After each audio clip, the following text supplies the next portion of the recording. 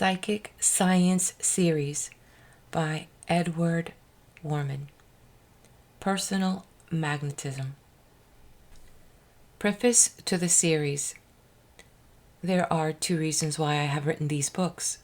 First, in response to thousands of my pupils throughout this country and Canada who desire the instruction in a more tangible form than simply through the medium of the voice. Second, that the general public may have the result of thorough, honest, and unbiased investigation extending throughout a period of 35 years. Having kept abreast of the times, I am fully aware of the conclusions other writers have reached, especially on Spiritism, and am further conscious of the fact that, with few exceptions, I do not, in the main, agree with these. However, my decisions have in no way been influenced by any writer, not even by my friend, the late Dr. Thompson J. Hudson, whom I first met in 1899. When our paths converged, we found we had been traveling on parallel lines for 25 years. Comparing notes, I was pleased to learn that we had arrived practically at the same conclusions. Therefore, there may appear to be much of Hudson in my writings, and it could not well be otherwise, especially on Spiritism. I felt highly honored to have so great an authority bear so corroborative testimony. By consulting the topics treated, it will be observed that I have covered a much wider field than those who have preceded me, having touched upon every phase of psychic phenomena. This I have done as briefly and concisely as possible and practicable, and while my decisions are positive, they are neither arrogant nor dogmatic. Signed E.B.W., Los Angeles, California, February 1, 1910. The following letter, which speaks for itself, is from the late Dr. Thompson J. Hudson, the author of The Law of Psychic Phenomena, etc. Number 10, 9th Street, Southeast, Washington, D.C., May 2nd, 1900. I consider Mr. Edward B Warman the peer of any man in his line. In fact, I know of no one who covers so wide a field. His experiences in mental telegraphy are equal to any I have ever known. He is the most practical psychologist it has ever been my pleasure to meet. His explanation of hypnotism removes all fear. His sifting of the grains of truth from Christian Science doctrine leaves nothing to be desired. His exegesis of Spiritism is scientific and logical, acknowledging, as every thorough investigator must, the alleged phenomena, but denying, as every logician must, the alleged causes. His suggestions to mothers are simply invaluable. I heartily commend him for his sound doctrines. Yours faithfully, Thompson J. Hudson. Introductory. Personal magnetism is not to be confounded with magnetic healing, nor with the mesmeric fluidic theory, nor with that which is so extensively advertised to transform the human wallflower into the admired of all admirers. It is nevertheless a wonderful power that is in a greater or lesser degree possessed by everyone. But we should not lose sight of the fact that it is not always of the most attractive character. It may, however, be made so, as its attractive feature is susceptible of great cultivation. We often hear one say, "I wish I had personal magnetism." You have. Everyone has. What you should say is, "I wish I had attractive magnetism." You may have. In the following pages, it has been my pleasure to acquaint the reader with the three kinds of personal magnetism and the method whereby each may be developed. Signed E.B.W. Psychic Science Series. Personal Magnetism. What is it? Personal magnetism, mental, personal magnetism, spiritual, personal magnetism, physical. What is the power? When does it come? how to utilize and economize its self-protection. The most comprehensive definition that I have been able to formulate is as follows. Personal magnetism is a subtle influence, vibratory in character, radiating either consciously or unconsciously, for good or for evil, from every human being. All human magnetism is, in a sense, personal. But all personal magnetism is not attractive alike to all persons. We have been misled by the supposition that all magnetism is attractive. Not so. Magnetism, like electricity, has its polarity, its qualities of attraction and repulsion.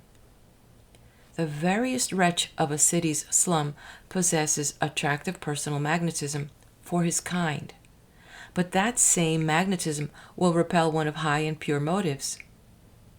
Every public speaker, every businessman, every teacher either compels, repels, or impels. Thus, it may be seen that the very same influence may have exactly opposite effects on different persons. We see that demonstrated every day in every public gathering. When we come within the atmosphere of a strong personality, we are influenced either in mind or body, sometimes both. What is it that influences us? One may be beautiful of face, form, and figure, and may be exquisitely dressed, yet be unattractive. On the other hand, one may be homely in feature, lacking symmetry or figure and form, neatly but plainly dressed, yet be attractive. What constitutes the difference?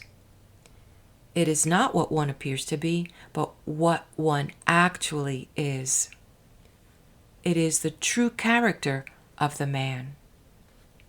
Character, says Moody, is what a man is in the dark. A man is what he is through heredity, environment, and education, but he does not need to remain what he is if what he is not desirable. But what he is, and not what he appears to be, is manifest to every close student of human nature. This something that lies hidden, this unseen but ever felt power, is what we call personal magnetism. It is personality as distinguished from individuality.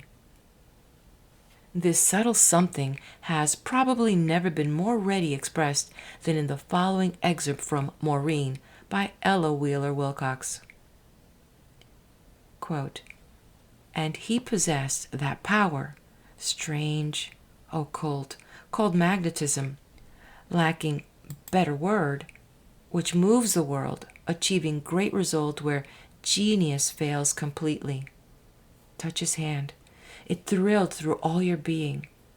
Meet his eye, and you were moved, yet knew not how or why. Let him but rise. You felt the air was stirred by an electric current. This strong force is mightier than genius. Rightly used, it leads to grand achievements all things yield before its magic presence, and its field is broad as earth and heaven. But abused, it sweeps like a poison simoon on its course, bearing miasma in its scorching breath, and leaving all it touches struck with death." End quote. Nearly 20 centuries ago, the great naturalist Pliny declared, "There surely exists in man a certain power of changing, attracting, and binding whatever he desires or wills to attract, change, bind, or impede." I am a firm believer in thought vibration and know by experience that the psychological power thus exercised has a most potent influence, whether it is used in drawing things unto oneself or in projecting a spirit of helpfulness and success to others. Reason, however, steps in and says, Thus far and no farther. It is true, all things come to him who will but wait, if he hustles while he waits.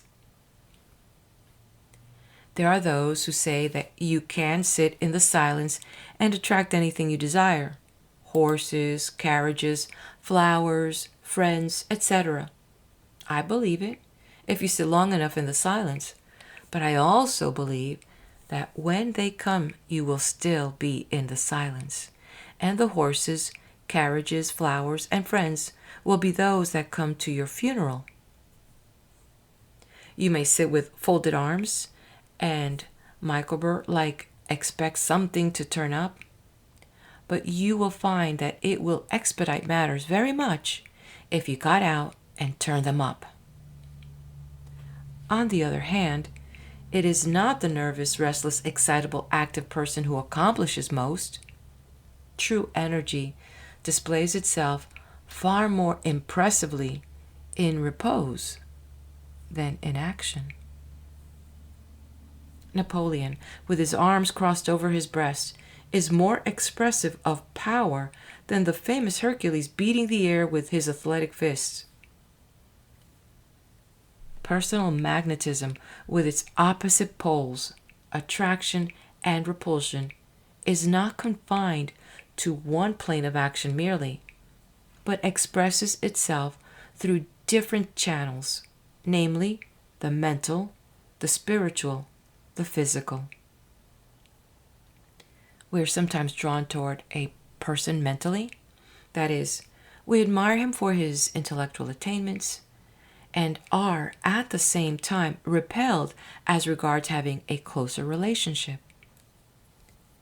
We frequently hear the remark, "I like to hear that man talk, but I do not care to meet him. The thought he expresses is good, but there is something about the man himself that repels me." What is it? The man himself? That is, what the man really is. On the other hand, a man may be more or less lacking in both mental and spiritual power, yet be possessed of a fine body, clean within and clean without, a perfect embodiment of physical health. Such a person will attract you through the healthful radiations, for health is just as contagious as disease, and much more attractive.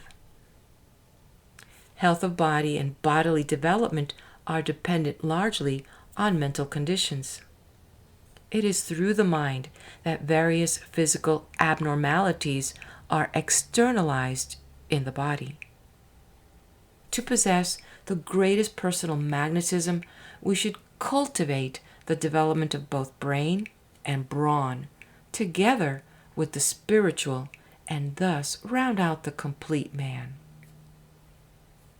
In all our undertakings, our personal magnetism will be greatly augmented by never swerving from the path of right. Let us have faith that right makes might, said Lincoln, and in that faith let us to the end dare to do our duty as we understand it. Mental and physical magnetism, well spiritualized, the soul element, is a key to the most guarded vaults of human nature, unlocking the most stubborn hearts and opening more doors in business and social life than any other element known to mankind. Every sensitive person, says Horatio W. Dresser, is aware of mental atmospheres surrounding persons and places, just as the odor emanates from and surrounds a rose. This is especially noticeable in a church or in some great cathedral where, for ages, men have bowed in worship in accordance with their particular form of religion and have left their influence behind them. Every household, town, or city has its peculiar mentality, the analysis of which reveals the characteristics of the mind that produce it.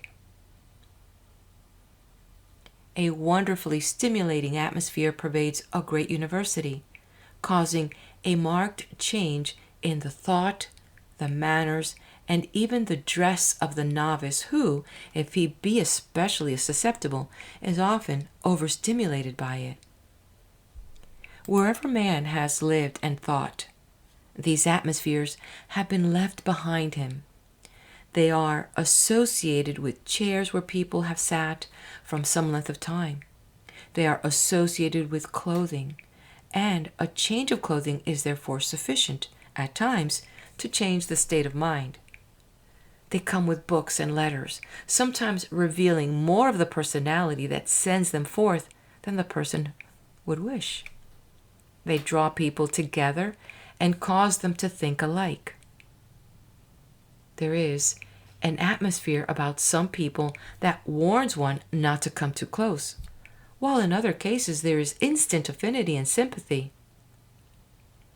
One occasionally meets people whose very presence is a lasting stimulus and inspiration. One seems to take away something besides the mere memory of a noteworthy interview. And some people forget their troubles, lose their aches and pains, and are immensely benefited by simply talking with a helpful friend. Some people compel attention or obedience by their presence and exact a surprising amount of service and homage from other people. Character, then, is not only written in the face, expressed in conduct and language, but is sent forth as a thought atmosphere. Atmospheres impinge and leave their impressions on each other, revealing the nature, thought, and feeling of the personality that gives rise to them. This is evidently the reason why first impressions are usually correct, and why depression and other states of feeling are passed from mind to mind. Some delicately organized people find it inadvisable to go into society except at rare intervals, for they get entangled in these atmospheres and do not know how to throw them off. Others seem to have the happy art of leaving a part of themselves behind, of making everyone else happy, yet never yielding their own personality to any contaminating influence. Personal magnetism, mental.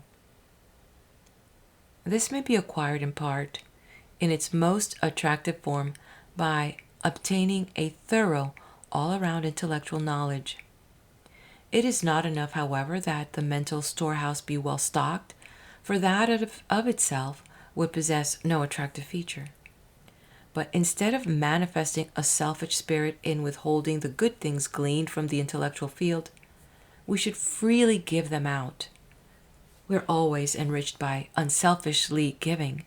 To withhold would be to secure only in part. If a vessel were loaded with the most precious gems, and it remained anchored in a river, lake, or ocean, its cargo would possess no value whatever, the value depending upon its destination and disposal. So it is with the goods in the intellectual storehouse. Give freely of your knowledge and gems of thought, and by so doing, you will not only refunction your brain cells and kindle anew the intellectual fires, but you will be adding to the attractive features of your mental magnetism. A stingy man, intellectually or otherwise, is never attractive. Personal magnetism, spiritual. The acquirement of this particular phase of magnetism comes as the result of the development of those faculties known as the emotive. As this is unquestionably a soul faculty, it is closely linked with all things of a spiritual nature. When overdeveloped, it leads to emotional insanity. Just as the mental magnetism is strengthened by gathering together the best of its kind and utilizing the same, just so the spiritual magnetism may be developed by coming in contact and in close sympathetic touch with all that is highest, purest, and noblest. Those who bring sunshine to the lives of others, says J.W. Barries, cannot keep it from themselves. True, every good thought, every good word, every good deed is reflex in its action and thus enriches the giver. Therefore, we should lose no opportunity to say the right word at the right time and in the right place. Its value and its influence you may never know, nor is it necessary that you should. Byron says, all who joy would win must share it. Happiness was born a twin. It has been well said, opportunities are the fuel of life, ability is the match which kindles it, and willpower is the fan which keeps the flame alive. Opportunities are everywhere present. We need not seek them. In the crowded thoroughfares of life, we jostle our brother on the right, we jostle our brother on the left. Too often, regardless of the sorrows that we might alleviate, the shadows we might dispel by just a word, a look, a warm hand grasp, and thereby give a spiritual uplift, not only to the one in whose life we cast the ray of light, but also reflexly to ourselves. When our eyes melt not with another's woes, methinks 'tis time they should forever close. Professor Riddle says, when you find a fellow that is weaker than yourself, give him a boost. The exercise will give you strength. All things are reflex in the spiritual as well as in the mental realm. If the word gets the best from you today, it will pay you back in your own coin tomorrow. On the other hand, if you seek revenge, the same law holds good. For in taking revenge, you are but even with your enemy, but in passing over an injury, you are superior. Revenge is so far beneath the man that is calm that he cannot reach it even by stooping. When injured, he does not retaliate. He wraps around him the royal robes of calmness and then goes quietly on his way. When men speak ill of thee, says Plato, so live that nobody will believe them. Such thoughts as getting even, if cherished, swell and overflow the entire being, leaving in their wake a psychic malaria. We should develop the good points and subdue the unattractive ones. Everything excellent requires perseverance. Have you obstacles in your pathway? Overcome them. Go over them rather than around them. They may prove stepping stones to a higher plane. Uniform success is dangerous. It softens the muscles of the soul and takes the temper out of the steel of resolution. Are you retarded in your progress toward obtaining a fuller realization of spiritual magnetism because of some fancied wrong or because some hypocrite is in your way of advancement? My brother, he cannot be in your way unless he is ahead of you. Good and evil are ever contending for supremacy, although evil is but perverted good. This is well expressed in the following beautiful allegory as told from the Turks. Quote, every man has two guardian angels, one on his right shoulder and one on his left. When doing good, the angel on the right shoulder notes it down and sets his seal upon it, for what is done forever. When evil is committed, the angel on the left shoulder writes it down, but he waits until midnight before he seals it. If by that time the man bows his head and says, gracious Allah, I have sinned, forgive me, the angel blots out the fault, but if not, he seals it at midnight, and then the angel on the right shoulder weeps. Personal spiritual magnetism is not reached at a single bound. It may cause sorrow, suffering, and tears, but back of it all there is a purpose, and sometime, when all life's lessons shall have been learned, that purpose may be revealed to us, and through our tears we may see the wisdom of the trials and tribulations through which we were obliged to pass, and our spiritual magnetism shall partake of the purifying process as we add other pages to the chapters of our book in this little span of life. Writing a page blotted with tears, filled with pain, anguish, and fears. But when God's light on it shall fall, it may be fairest page of all. As a practical illustration of doing good when the opportunity presents itself, I cite but one case in many as an aid to the development of the spiritual magnetism, a case coming under my own observation. On a bright and beautiful morning, when all nature was refreshed and throbbing with the rejuvenating spirit we call life, a man exceptionally well developed physically and fairly well developed mentally and spiritually, his soul in unison with the beautiful and invigorating surroundings. This man met a brother man, an entire stranger, who was out of harmony with these same surroundings.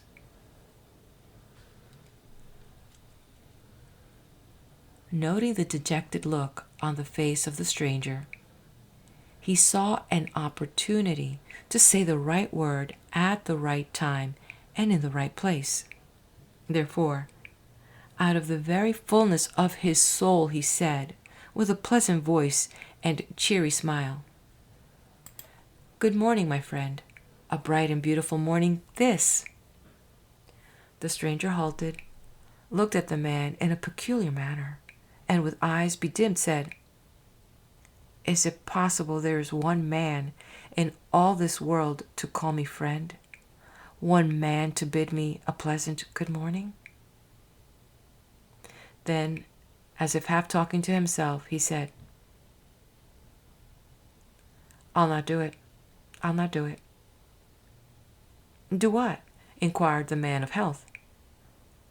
"I was just going to end it all at the river, but you have saved my life by your kindly greeting." Both were benefited. Both had a spiritual uplift.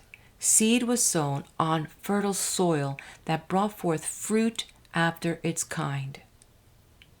Let us ever bear in mind that our greatest happiness is reflex. It is that which comes back to us from the joy we have given others.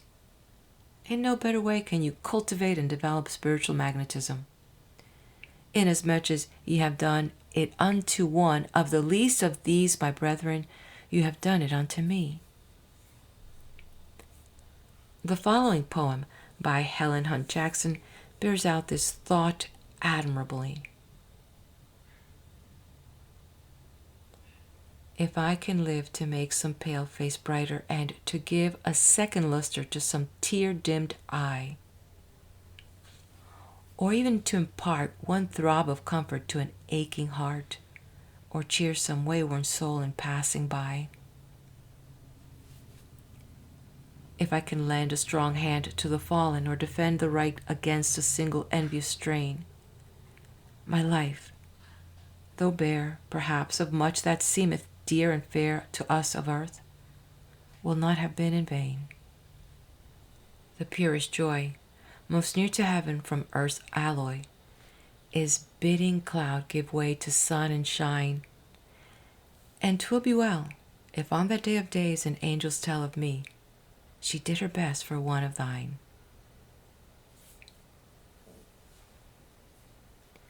Personal magnetism, physical. I propose dwelling longer on this phase of magnetism than on the two others, because its cultivation and development form a foundation upon which to build much stronger structures of mental and spiritual magnetism. This physical magnetism may be acquired by the generating and conserving of the vital principle we call life. Physical exercises alone will not do it, as they often tend to dissipate the power that should be husbanded. There is a much difference between physical strength and vitality as there is between energy and force. A man may have a wonderful physique and yet be lacking in its vital force. On the other hand, a man may be slight in build and apparently weak, and yet have great vitality. So it is with energy. Power is energy in repose. Force is energy in action. Even in physical attractiveness, it may be suggestive of brute strength only. This is the case where the animal overbalances the mental and the spiritual. Man is, by nature, a tri-tuned being. Mental, spiritual, and physical, and should be so developed as to be attractive from all sides of his threefold nature. But the overdevelopment of any one of these may be productive of abnormalities to such an extent as to result in monstrosities. For there are mental and spiritual monstrosities just as surely as there are physical monstrosities. What is this power? Personal magnetism, physical, is sometimes called human electricity. But that, as it may, by whatsoever name it may be known, its character is certainly electrical. This electromagnetic influence is of a vibratory character and generated by the principle of life. This vital, energizing element becomes stale by non-use, wasted by overuse, and produces nervousness by misuse. Electricity is, somehow, inseparably connected with the ultimate atoms of matter, and in the same mysterious manner, the universal life force is connected with every nerve, fiber, and molecule of animal creation. If electricity and nerve force are not identical, they are so nearly allied that they may be called twin forces. Science says that which we call vitality or life is, in its physical sense, electricity. It is taken into the system from the air and the sunshine and is generated in the digestive organs by the chemical action of food and drink. Whence does it come? We sometimes say that we generate power. That is not strictly true and is likely to be misleading. All power exists now and has always existed. We may generate force, that is, we may put the power in action. All that we can do is to evolve it from a latent condition or use it in the form in which we find it. Man becomes powerful in the measure in which he learns to evolve power, to use and direct the power that is. All force is generated within from the life essentials, air, food, and water. The same elements exist for all persons, but all persons do not have the same force. While the difference may be one of temperament or constitution, I am inclined to think that it is more largely due to the fact that by some persons the elements within reach are not fully utilized. How to utilize and economize it. It is not altogether what we earn, but what we save that accounts in the long run. It is the husbanding of the forces within us. Professor Riddle has aptly said, quote, "The electric dynamo is an expression of power. There are 4 general ways in which it may be directed. 1. It may be passed through the motor of the electric car, and the force is expressed as power. 2. It may be passed as a sympathetic current through the little wire of the incandescent bulb, and it becomes light. 3. It may be forced through a wire with heavy resisting power, and it becomes heat. 4. Ground the wire, and the current is wasted." End quote. Let us apply this principle to the human dynamo and see how much it has to do with personal magnetism, physical, mental, spiritual. In every man and woman, there is a life battery, so to speak, a creative force, a life principle which, like the electric current, may be directed in 4 special ways. 1. You can pass it to the muscles and build it into tissue, and it becomes power, physical strength. 2. You can direct it to the brain, and it becomes light, intellectual brilliancy, and mental vigor. 3. You can direct it to the emotions, and it becomes heat, feeling, love, sympathy. 4. But if you dissipate the force, you will have neither physical strength, mental vigor, nor emotional warmth. It will readily be seen that you cannot waste the force in any direction without detracting in a corresponding degree from your strength of personal magnetism in other directions. Self-protection. As all electrified bodies tend to part with their magnetism to the earth, it follows that human electricity is being constantly subjected to this influence. Should it be drawn off in undue proportion to the needs of the body, the system becomes weak and deranged. It thus becomes necessary to conserve the human electricity. This is done by insulation, by placing a non-conducting substance, usually rubber or cork and rubber, between the outer and inner sole of the shoe. This is done when the shoes are made. Silk hose answer the same purpose, so long as they remain free from moisture. But, says the wiseacre, how about primate man? He did not need that protection. Very true. But we must also remember that primitive man needed no clothing to protect him from the heat and cold, because in an absolute state of nature, perfect economy existed in this matter. If we did not violate nature in so many ways, we would have no need to economize on this one. Civilization requires that all natural forces be tempered and controlled. The strenuousness of modern life makes greater drafts upon the vitality, and we live less in the sunshine and fresh air. Thus, insulation is a preventative and safeguard promoting health and longevity, and adds greatly to physical magnetism.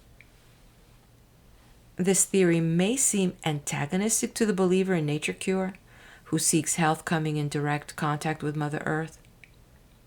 Be that as it may, the Earth is negative to the human body. Such being the fact, the Earth is constantly drawing off the physical magnetism. If the Earth is your sole benefactor, regardless of air and sunshine, stand or lie upon it where the fresh air and sunshine never visit. My word for it, you will soon lie in it instead of on it. Build 4 walls around a tree and cover it over with a roof. How long will it continue to thrive? The Earth has nothing to give you except in her products, and even for those, she is dependent upon the sun. All good comes from above. Breathe deeply of the sun-magnetized air, and, through the chemical action of the air and water and food, your physical magnetism may be generated, and by proper insulation will be conserved. We give too much credit to the earth, too little to the fresh air and sunshine. Insulation is a scientific safeguard. To the soldiers of the Civil War was issued a rubber poncho. It was not for the purpose of insulation, but to protect us from the rain. But it served a double purpose, and therein the government builded better than it knew. That poncho was a savior to thousands when weary, footsore, heartsore with physical force, well nigh depleted. For in being placed underneath us when lying down, it insulated us from the earth, and conserved not only the little force we had left, but that which was generated during the night from the life-giving elements of our sumptuous dinner. We called it supper then. It is a logical sequence that we cannot have physical magnetism without physical health and strength, and these cannot be had when we dissipate our forces. Hence the wisdom of insulation. the human body is an electrical body. This is not mere speculative theory, but the result of thorough investigation and practical demonstration. However, if a conclusion is logical, it matters little whether it is deduced from theory or practice.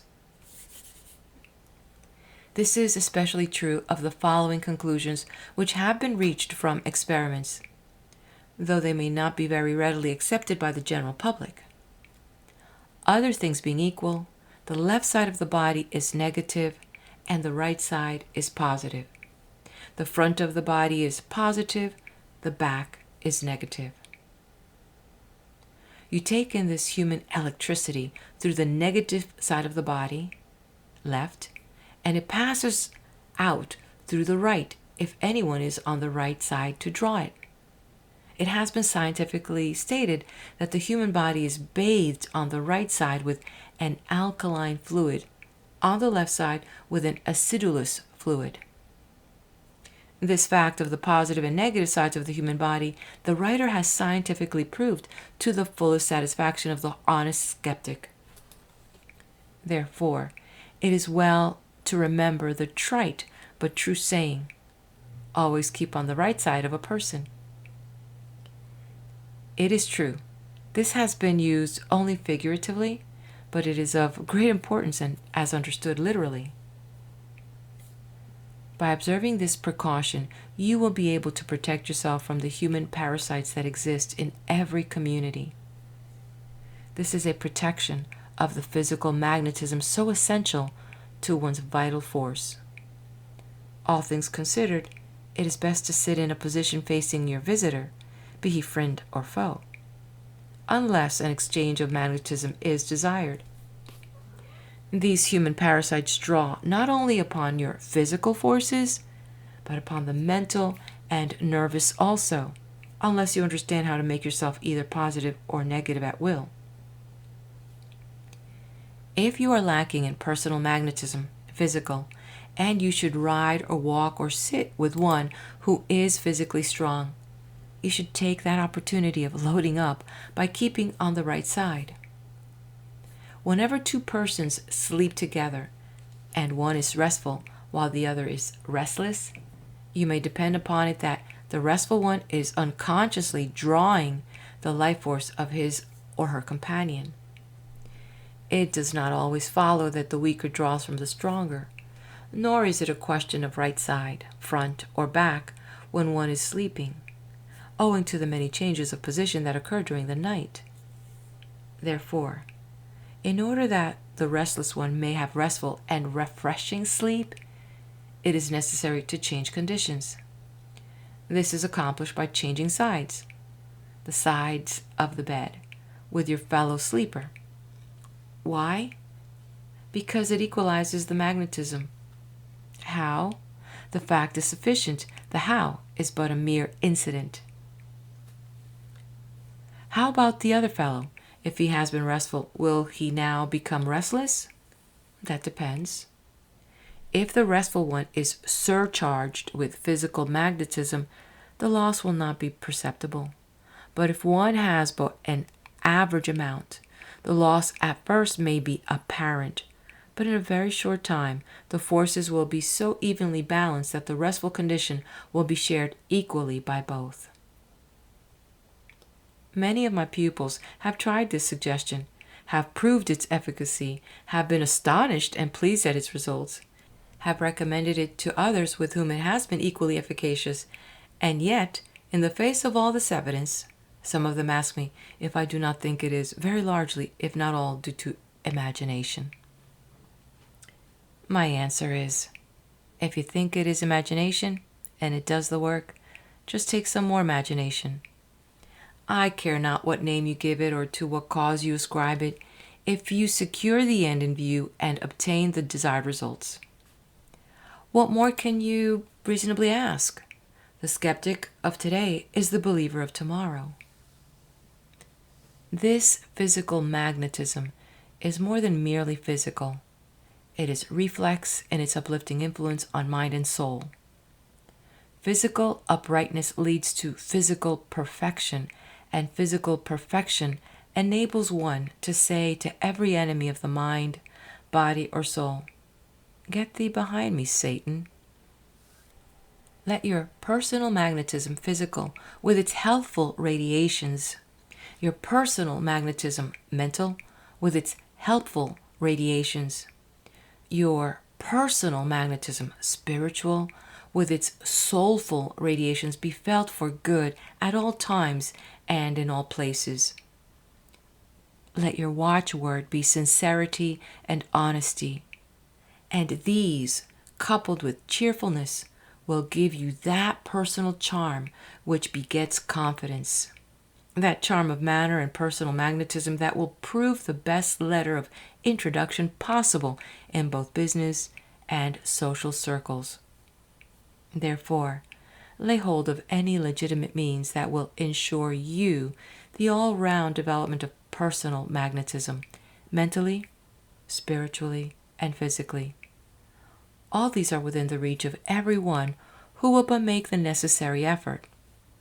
Assert your manhood through your physical uprightness. Man is a radiation from the finite to the infinite. The more perfect the radiation, the more perfect the man. Assert that manhood until you can feel that you reflect the Creator in the created. End of reading of the book titled Personal Magnetism by Edward B Warman. Please do, on your way out, hit that like button. If you like what you see here, leave me a comment and subscribe to the channel. I'll see you at the next video here on my channel, wherever that may be. Be blessed.